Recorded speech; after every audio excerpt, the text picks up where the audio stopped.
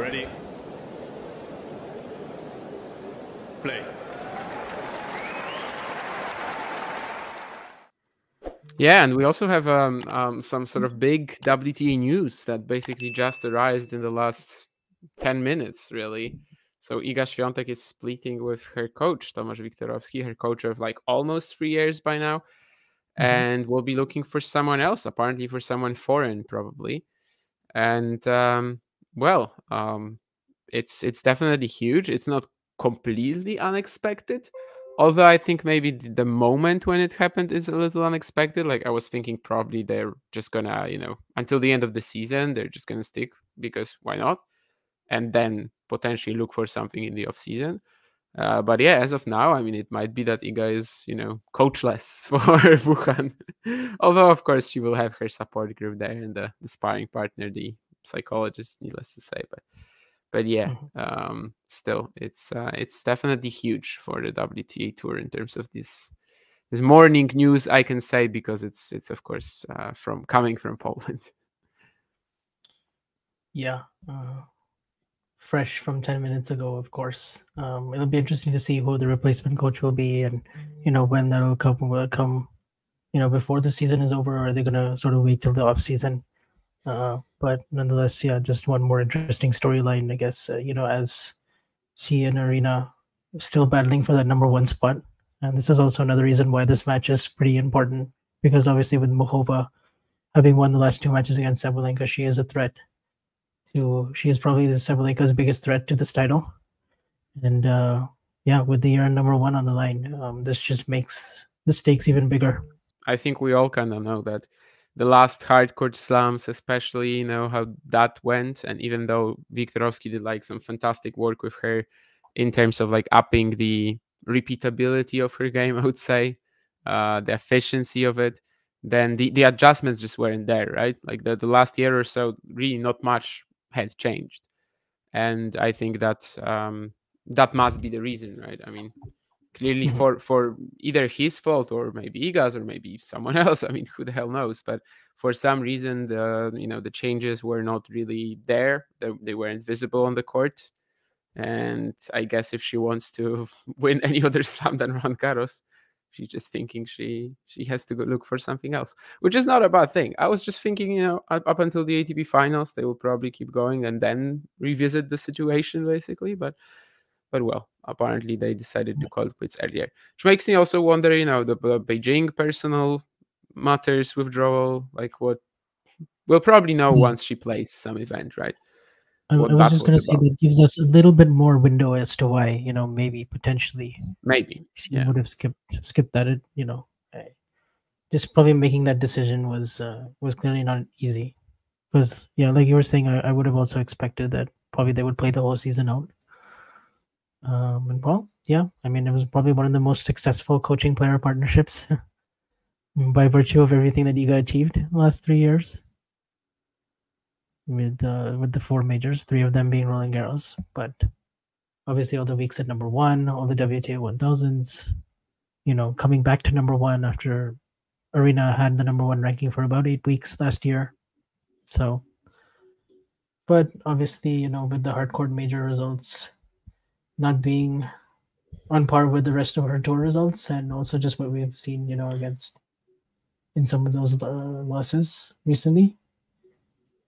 I mean, so many losses that are pretty much like, the same pattern time and time again against the same opponents, same issues. And yeah, the adjustments just weren't there. So I definitely don't hate the decision, even if I was not expecting it maybe until the end of the season. Or even honestly, like if she kept going, I also wouldn't have been obviously surprised. Like, I think someone asked me this question on the chat on the stream like a month ago or something like that. If she should change her coach, and I said that like to me it's probably well within the capacity of her team to keep going and improve. But clearly she thought otherwise, and of course she has a much better outlook on the situation, needless to say. I remember thinking this would have even been a possibility for Iga last year. When she lost to Ostapenko at the U.S. Open. Or maybe after the Tokyo loss, that seemed like another I think period. we were talking about that, yeah. But then, of course, it happened, Beijing, WTA finals. I think you said that, for you it was even like a more impressive stretch than the win streak. So yeah, but at least until Roland Garros, and then obviously after that, it's been tougher. But maybe continuing until the end of the season would have would basically be something like that again. So like if it goes well at the WTA finals, then maybe she starts rethinking her decision, and maybe then she's kind of stuck in this limbo for another season, where maybe she was contemplating that in 2023 already, but then the end of the season was so fantastic. Then how do you actually split with somebody if that happens? So maybe that's why this decision comes already now, rather than after the next two events, because I suppose that she's only going to play two events. I mean, maybe the Beijing King Cup finals, but no, doesn't really make that much sense to count it, I guess. We'll see. Yeah.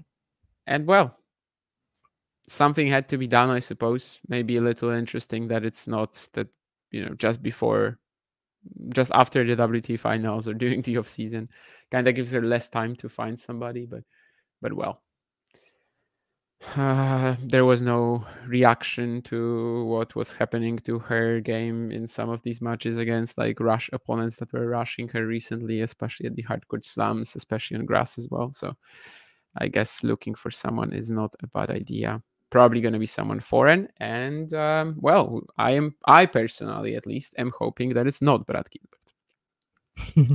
Yeah, I suggested that idea to Damian before we went on, because I was just like, well, Brad Gilbert is open, I mean, he is looking for a job. Yeah, Patrick Muratoglu is out. Wim Fissette, actually, is he coaching somebody? Not yet. I guess that's an option. That's probably one of the more likely ones, right? Yeah, might be actually. That might be someone I would consider. Yeah. Apart from Gilbert, whatever other names spring to mind as a potential new coach for Iga? I mean, we mentioned Wim Fissette is probably out of the job. I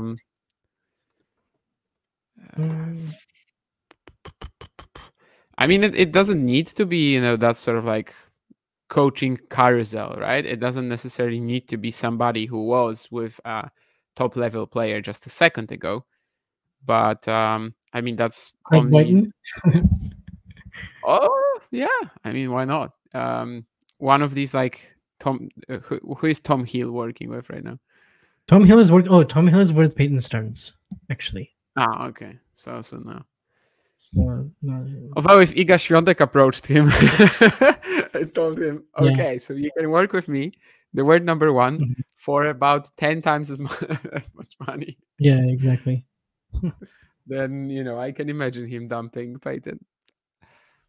Although if Peyton was like Kinven, then she would be very angry about that. Maybe it doesn't need to be a huge name, but I mean, yeah, if we're kind of looking for somebody, then obviously it's these huge names that we can think of mostly. I'm not naming anyone from Poland, since apparently they were talking. I mean, it said in the article that they are talking to some foreign coaches. Who's Torben Beltz working with? I mean, he previously. Oh, okay, maybe that's Emma Raducanu, right? Torben Beltz. Torben Beltz. Yeah, I remember him, but I don't know if he's working with Emma right now.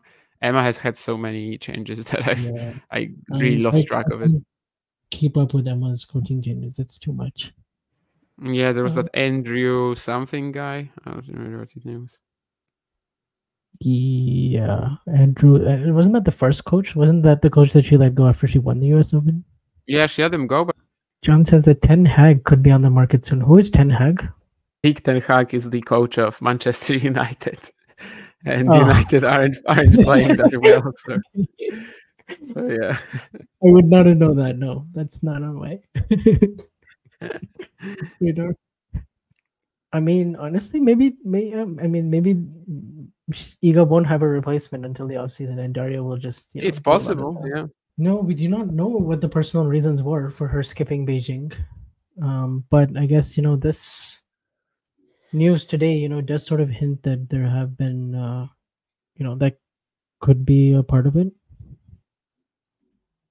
Maybe just, figuring out sort of what to do. But I don't think we'll know until she comes back.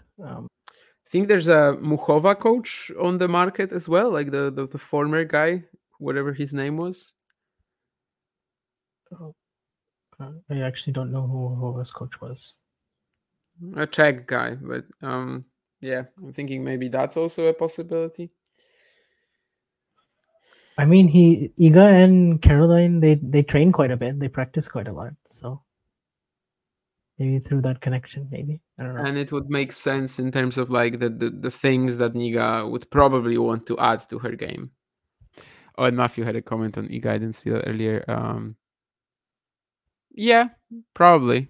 I mean, post US Open and also the off season is probably where the most firings happen. Yeah, off season even more so.